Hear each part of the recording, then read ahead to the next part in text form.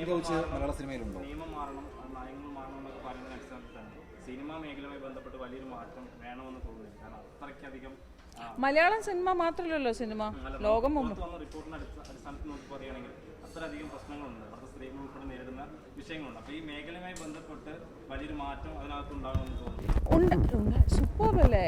ഞാനിപ്പോൾ അടുത്തൊരു വെബ് സീരീസിൽ വർക്ക് ചെയ്തു, നാഗേന്ദ്രൻ സണിമോൻ. ഇന്നത്തെ തലമുറ, നിതിൻ രഞ്ജി പണിക്കരാണ് ഡയറക്റ്റ് ചെയ്തത്, സഞ്ജയ് പടിയൂരാണ് പ്രൊഡ്യൂസ് ചെയ്തത്. Super feeling. അതിലിപ്പോൾ മീൻസ് അങ്ങനെ ഒരു സീനിയറാണ്, ജൂനിയർ, എല്ലാവരും ഒരേ തട്ടത്തിലാണ് എല്ലാവരും ഉണ്ടായിരുന്നത്. That is how. അത് ആരാ ക്രിയേറ്റ് ചെയ്യേണ്ടത്? അത് ആ ടീമാണ് ക്രിയേറ്റ് ചെയ്യേണ്ടത്. ആ ടീം ക്രിയേറ്റ് ചെയ്തുകൊണ്ടാണ് ഞാൻ പറയുന്നത്. കുറേ ദിവസം കഴിഞ്ഞിട്ട് എനിക്ക് വെബ് സീരീസ് എനിക്ക് എന്തെങ്കിലും വർക്ക് കിട്ടണേ. കിട്ടിയ ചാൻസിൽ ഞാൻ എൻ്റെ of course I am sure ഉണ്ടാവും. ഇപ്പോഴും അതെനിക്കറിയില്ല, എനിക്ക് വർക്കില്ലാത്തതുകൊണ്ട് ഒന്നും അറിയില്ല.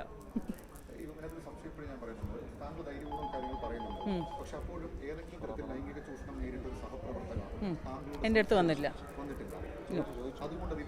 ഐ തിങ്ക് ഞാൻ എവിടെയോ അവരെ ഇൻറ്റിമിഡേറ്റ് ചെയ്യുന്ന ഒരാളാണെന്ന് എനിക്കിപ്പോൾ തോന്നുന്നു. ബിക്കോസ് എൻ്റെ അടുത്ത് ആരും വന്ന് സംസാരിച്ചിട്ടില്ല.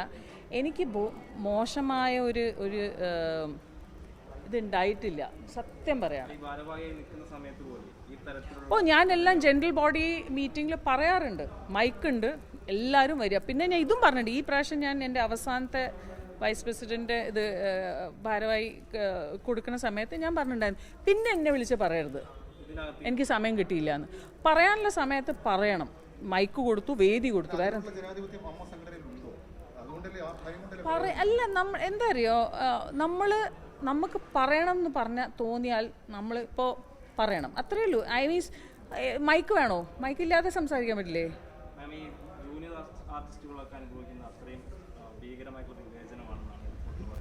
ഇത്തരത്തിലുള്ള വിഷയങ്ങളൊക്കെ ഏതെങ്കിലും ഘട്ടത്തിൽ അമ്മയുടെ യോഗത്തിലോ ചർച്ചയ്ക്കോ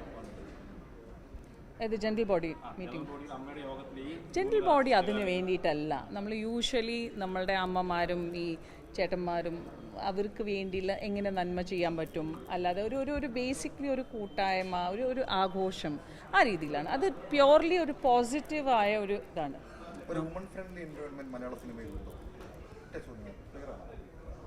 വുമൻ ഫ്രണ്ട്ലി എൻ്റെ പോയിന്റ് ഓഫ് വ്യൂവിൽ എന്നോട് ചോദിച്ചാൽ യെസ്. അതാണ് എനിക്ക് ഭയങ്കര ബുദ്ധിമുട്ടാണ്. ഞാൻ സ്ട്രഗിൾ ചെയ്തിട്ടില്ല.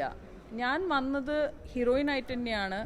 ഞാൻ സ്ട്രഗിൾ ചെയ്തിട്ടില്ല. ഞാൻ ആരുടെ കൂടെ വർക്ക് ചെയ്തിരുന്നോ അവരെല്ലാവരും എന്നെ നന്നായിട്ട്, എല്ലാവരും എടാപോടാന്നൊക്കെ രീതിയിലാണ് സംസാരിക്കുക. They all treat me like A dude. അപ്പോൾ എനിക്ക് ടോം ബോയ് പോലെയാണ് എന്നെ ട്രീറ്റ് ചെയ്യുക. അപ്പോൾ എന്നോട് ഒന്നുമില്ല, എന്നെ മോശമായിട്ടൊന്നും ആരും ചോദിച്ചിട്ടുമില്ല.